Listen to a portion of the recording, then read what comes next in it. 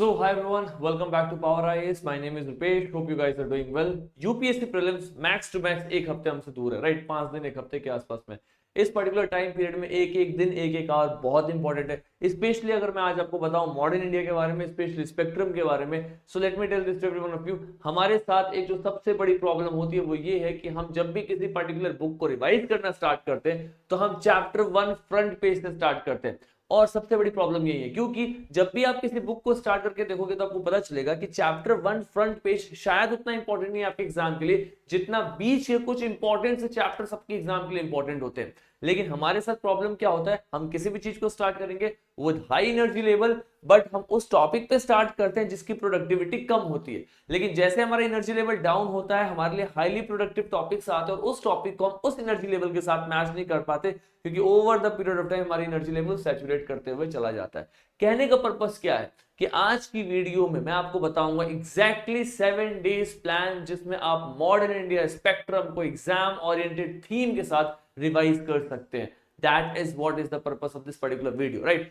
तो जैसे मैंने आपको बताया, मेजॉरिटी ऑफ एस्पिरेंट बुक को स्टार्ट करेंगे और वो चैप्टर 1 से रिवाइज करना स्टार्ट कर देंगे। एडवेंट ऑफ यूरोपियन से हमारी लाइफ की सबसे बड़ी गलती होती है कि हम अपने चैप्टर्स को एडवेंट ऑफ यूरोपियन से स्टार्ट करते हैं। एडवेंट ऑफ यूरोपियन से अनडाउटली 2-3 साल में एक आध क्वेश्चन आते हैं एंड ट्रस्ट मी वो क्वेश्चन जो आते हैं ना वो बहुत टफ होते हैं। Rarely UPSC advent of European से कोई इजी क्वेश्चन पूछे, मतलब अगर आप स्पेक्ट्रम पढ़ के भी जाओ तो भी उस क्वेश्चन के सही होने के चांसेस कम है। So why don't we try on those chapters जहां से चांसेस ज्यादा है, जहां पे कॉस्ट बेनिफिट रेशियो ज्यादा होगा। तो मॉडर्न इंडिया में जब हम 1600 के आसपास में स्पेशली एडवेंट ऑफ यूरोपियन देखते हैं, प्रिसाइजली 1498 में जब वास्को डी गामा आते हैं तो ये एरियाज आपके लिए उतने स्कोरिंग नहीं होते, राइट? लेकिन अगर आप 1857 के रिवोल्ट से लेकर के 1947 के बीच का टाइम पीरियड को देखो, specially these 90 years, then this area is specifically very important once it comes to UPSC prelims। आज मैं आपको बताऊंगा, अगर आपने स्पेक्ट्रम की किताब को खोला है तो आपको चैप्टर 1 पे नहीं जाना है, आपको सीधा आना है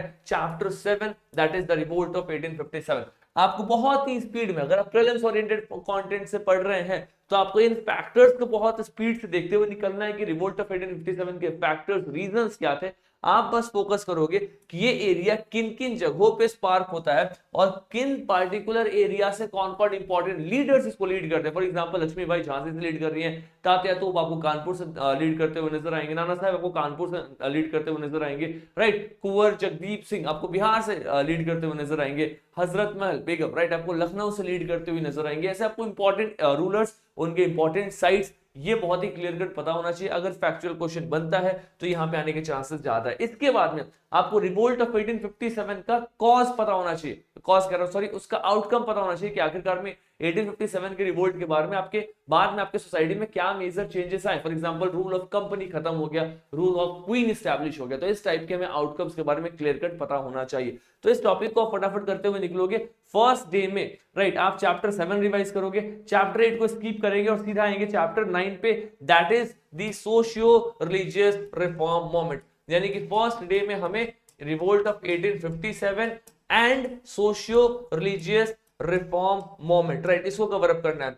इनमें जितने भी सभाएं हैं, इन सभाओं को जितना हो सके उतना अच्छा से देखेंगे, यहां से क्वेश्चन आने के चांसेस होते हैं। और प्रीसाइजली फोकस किस पे करेंगे, तो जो ऑर्गेनाइजेशन है उस ऑर्गेनाइजेशन से इंपॉर्टेंट पर्सनालिटी कौन से एसोसिएटेड है और उनकी कोई इंपॉर्टेंट बुक, मैं आपको फिर से रिपीट कर रहा हूं, ये बुक बताने क्यों यूपीएससी का थीम है, राइट? जो भी इंपॉर्टेंट से पर्सनालिटी होते हैं, जो किसी ऑर्गेनाइजेशन से जुड़े हुए हैं, किसी मोमेंट से जुड़े हुए हैं, उनकी बुक्स के ऊपर में यूपीएससी क्वेश्चन पूछती है। और इस चैप्टर में आपको काफी सारे बुक्स दिख रहे होंगे, राइट? आई सिंसियरली एस्पेक्ट आप सभी ने इसको एक बार रीड किया हुआ होगा, राइट? तो आपका फर्स्ट डे का टारगेट क्या है sir? Revolt of 1857 and social religious reform movement को कवर अप करना। चैप्टर बहुत लेंथी है इसलिए मैं इसको फर्स्ट डे में ही रखना चाह रहा हूं, राइट? इसके बाद से आप चैप्टर 10 स्किप कर सकते हैं, beginning of nationalism in India. यहां से प्रीलिम्स ओरिएंटेड कुछ खास क्वेश्चन दिखते नहीं है, राइट? इसके बाद आप ये चैप्टर 11 में स्किप कर सकते हैं, इंडियन नेशनल कांग्रेस का फाउंडेशन, ठीक है? आप चैप्टर 12 पे सीधा आएंगे और चैप्टर 12 को आप बहुत स्पीड में रिवाइज करेंगे क्योंकि चैप्टर 12 में आपको पता चलेगा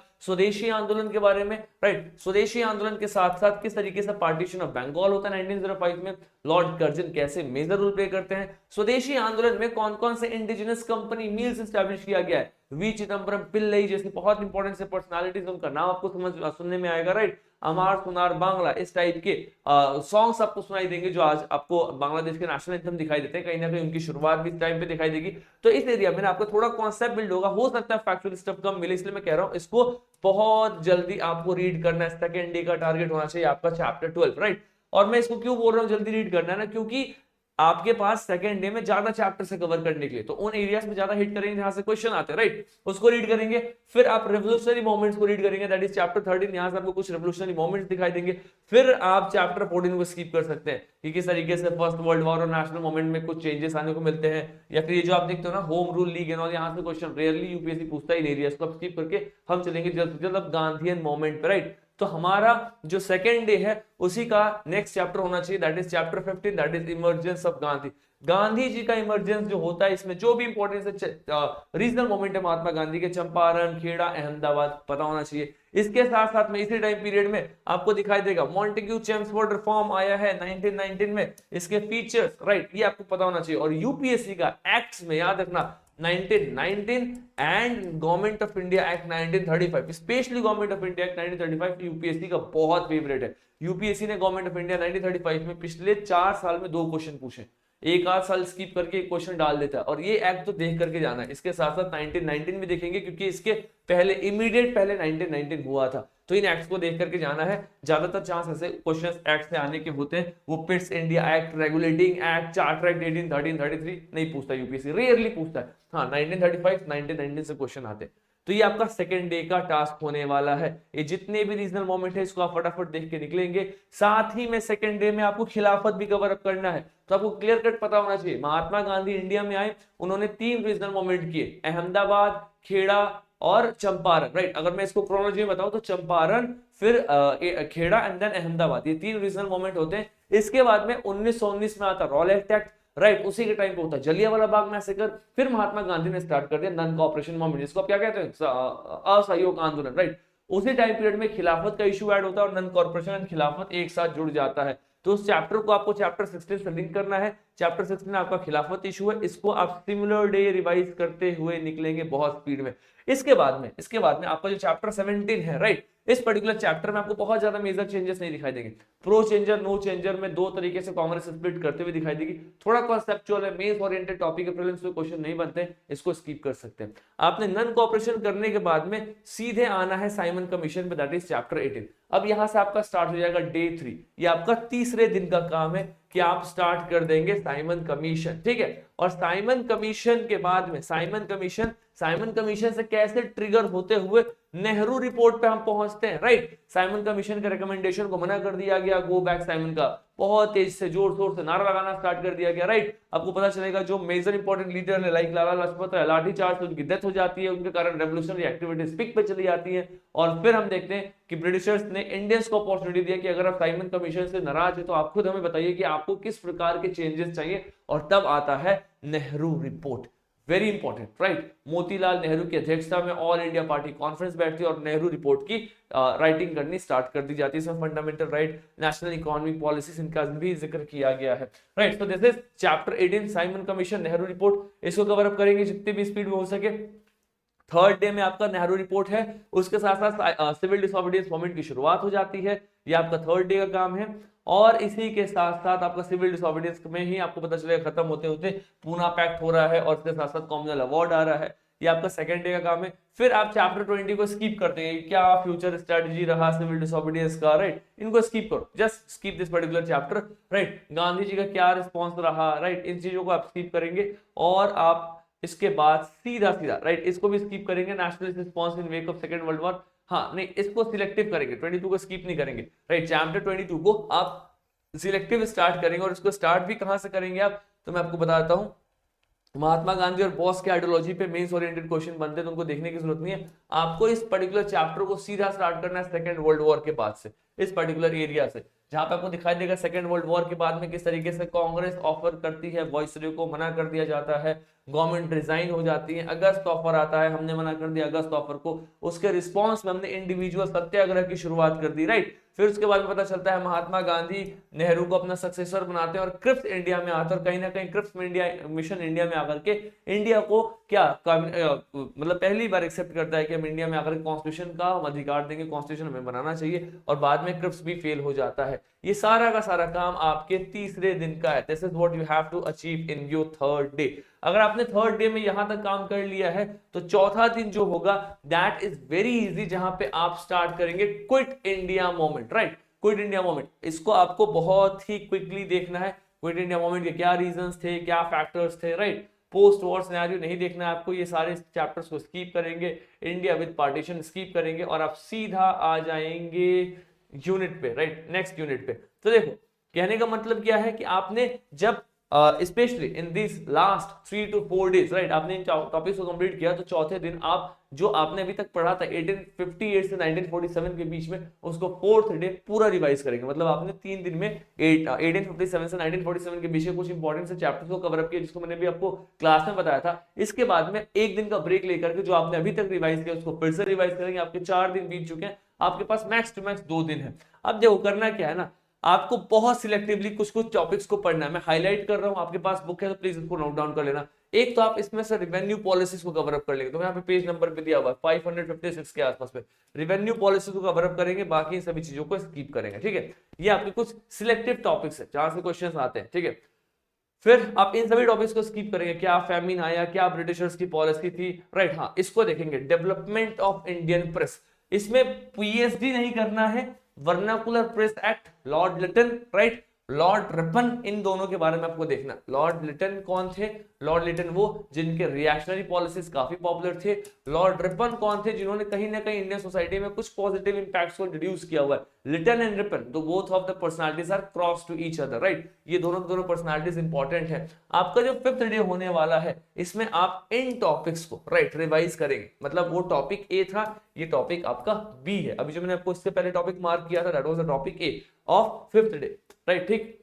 इसके वास्ते आप, हाँ, इसमें से कुछ इंपॉर्टेंट से कमीशन, जिसका मैं नाम दे रहा हूं एजुकेशन कमीशन, उसको आपको देखना है। आपको देखना है लॉर्ड मैकॉले मिनट, आपको देखना है वुड्स डिस्पैच, आपको देखना है हंटर कमीशन ऑन एजुकेशन। आपको पता चलेगा हंटर कमीशन 2 बार आता है, एक बार एजुकेशन को लेकर हंटर कमीशन एडीज में आता है, 18 एडीज के आसपास में, जिसने कहीं ना कहीं प्राइमरी सेकेंडरी एजुकेशन पे ज्यादा एम्फेसिस किया था। और दूसरा हंटर कमीशन आता है 1919 में जलियांवाला बाग मैसेकर के बाद, ये देखने के लिए कि जनरल डायर की क्या गलती थी, राइट। तो हंटर कमीशन भी कितनी बार आ रहा है सर? 2 बार आ रहा है। सो इन टॉपिक्स को आप देखेंगे, इंडियन यूनिवर्सिटी एक्ट को देखेंगे, ठीक है। फिर आप सैडलर कमीशन को देखेंगे, सैडलर यूनिवर्सिटी जो भी आप कहते हैं। फिर आप देखेंगे हार्टोग कमीशन, सार्जेंट प्लान, बस। सो दिस इज 1 2 3 4 5 6, ये 6 टॉपिक्स को देखेंगे, right. And these 6 topics come under section C of 5th day. मैंने आपको ऊपर के 3 टॉपिक्स बताए थे, ये सेक्शन सी है, इसमें आपको बस यही 5 से 6 टॉपिक्स करना है।